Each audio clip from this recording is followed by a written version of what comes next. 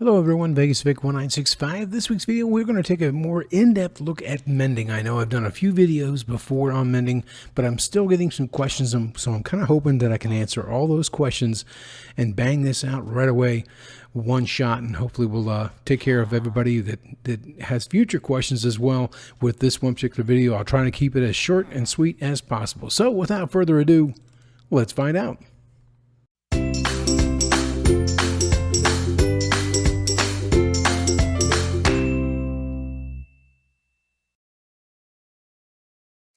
Well, the first one's going to go out to JCowie22, who says that whenever he kills a mob, that occasionally he does get the experience to repair an item, and occasionally that experience goes to his experience bar. Well, I'm here to let you know that running around and killing mobs is probably the most difficult way to repair your items, because you really don't have any control, and you definitely don't want to run around not wearing anything to repair that piece that does need to be repaired. Now, if you take a look in my inventory, what I'm wearing here, you'll see that it all has mending on it.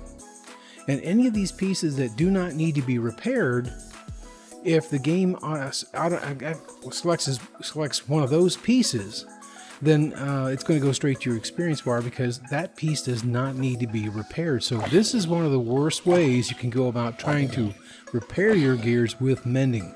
I'm going to show you some ways, JCowie22 and many of the others who also, JCowie most recently asked me that question, so I'll show also many of the others the better ways to do this, rather than just trying to kill the mobs out in the wild, because you really don't have any control of where that experience is going to go to.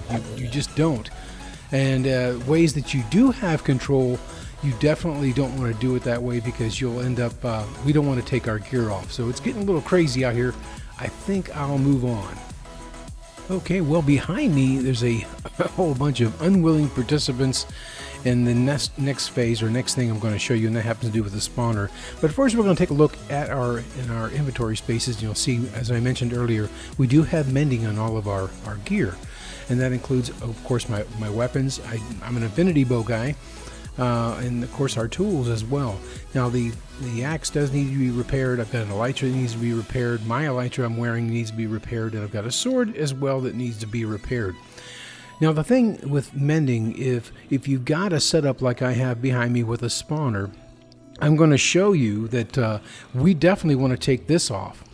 And we definitely want to take this off, because the game is going to be looking at these 4 spots.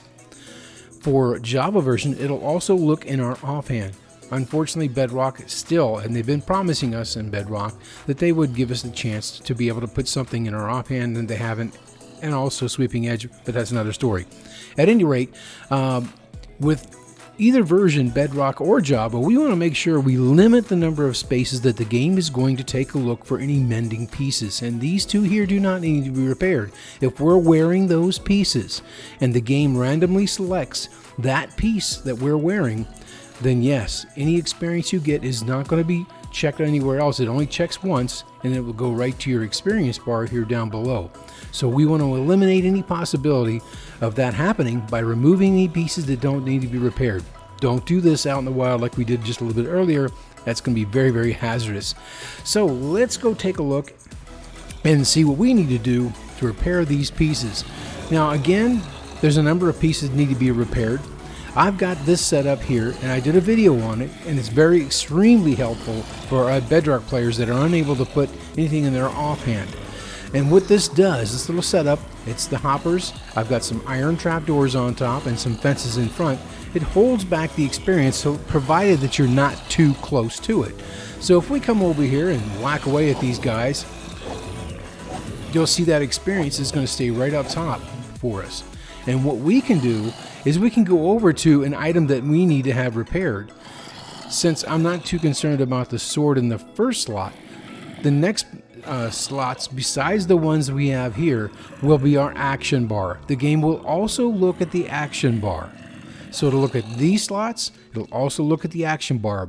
But in the action bar, it's only going to look for the one that you've got highlighted, as you can see I've got down here. So if I highlight this sword and I step in, I have 3 places the game is going to look. Just this one, and this one. So no matter which one it picks, If it picks the boots, more than likely the XX experience is going to go to our experience bar. So let's hope it picks the elytra and repairs it, or picks the sword. So we're going to make sure, as you can see below, I've got the sword highlighted. We'll move in, start collecting some of that experience. I can see it's working on the elytra, and it's already got the boots. So we want to take those boots off. You see the experience is still there. That lasts for 5 minutes, just like any other thing that drops on the ground. So we'll step in again. Notice we only have the elytra, and right now we only have the sword selected. So let's move in, and it started repairing the sword again. So we need to whack away at some more of these guys, and let's see what it works on next. Again, just the sword and the elytra. There we go. It took care of the elytra. So now I'm going to remove everything that I have that has mending, and I'm only going to select the sword. So all that experiences will go to that sword. It will not go to your experience bar, because the game is going to see that that sword has mending. So let's move in. Well, you can barely see because the sword has a lot of durability on it, but we did move up now at 872. We're going to come right back in just a moment, and I'll show you as it moves. Okay, let's take a look at our elytra down here. It was all but broke. There's 8 durability left on it. Now we're going to go ahead and whack away. You see I have nothing in, that I'm not wearing anything, and this is one of the safe, like I said, safe ways to do this. So I'll whack away at these guys, kill a whole bunch of them. We'll see what we can do with that elytra and see if we can't get it repaired. Now it's gotten a little quieter. That's much better. So now I've got, like I said, nothing here. The only thing I have selected in my action bar is going to be the elytra. Let's see if we can get a little repair work done on that elytra. Now you can see it moving already.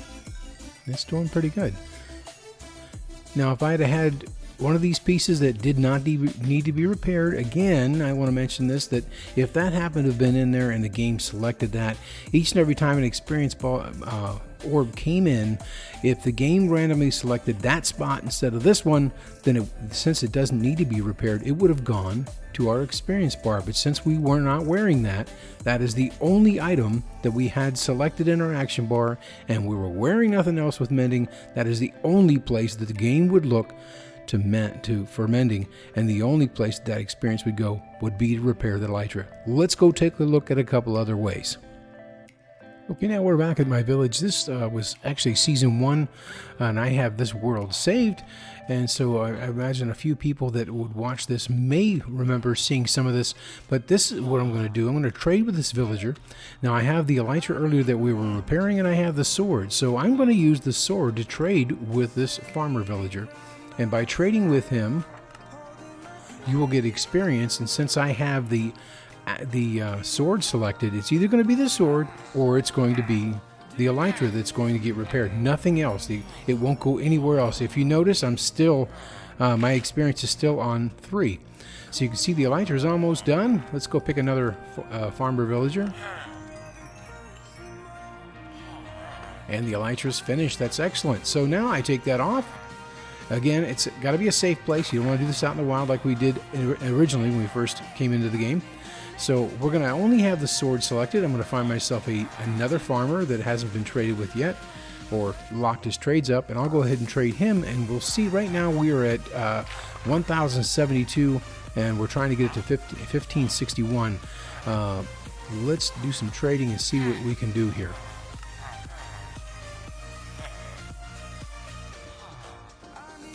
Getting really close, 1290. At any rate, that's one of the other ways, is by trading villagers. Now they say the Enderman farm is really great, and it is. It offers far more experience, but you don't get these lovely little shinies, and that's the emeralds that go along with it, and this is much safer and much closer. So the next method you could use, since the advent of 1.17, we're able to use fortune on the iron ore, which is really awesome, and a few of the others like the gold ore. And by using that ore that you're getting, the extra ore from the fortune, you can use it in a furnace and also pull the experience out. But you want to make sure, again, that you don't have any other mending gear on, and what you're going to use is you're going to use the tool or weapon or piece of gear. For example, if you wanted to repair this, if this needed to be repaired, just make sure that in your action bar that it's highlighted.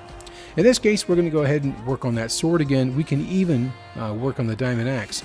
Now, there are a number of different ways to set up a furnace experience setup with the furnaces, but that's another video entirely. This is only to show you that a couple of really good ways, and that's going to be with the iron ore or the gold ore. Iron ore is going to be more abundant, of course, and using the fortune, you'll get a lot more.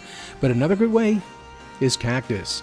Cactus is another great way to get experience. They provide one of the best experiences, and if you set up an automatic Cactus Farm, and I have a video on that as well, you can set your furnace array set up. Just make sure you lock any hoppers if you have them going into each chest, otherwise you will not get that experience. So let's take our sword, make sure it's highlighted in our action bar below. As you can see, we're looking at 1290. So let's see what we do when we pull this out. Oh, 1418, that almost repaired it all the way. That's about going to do it for me for this mending video. I hope it helps. I hope it's not too long.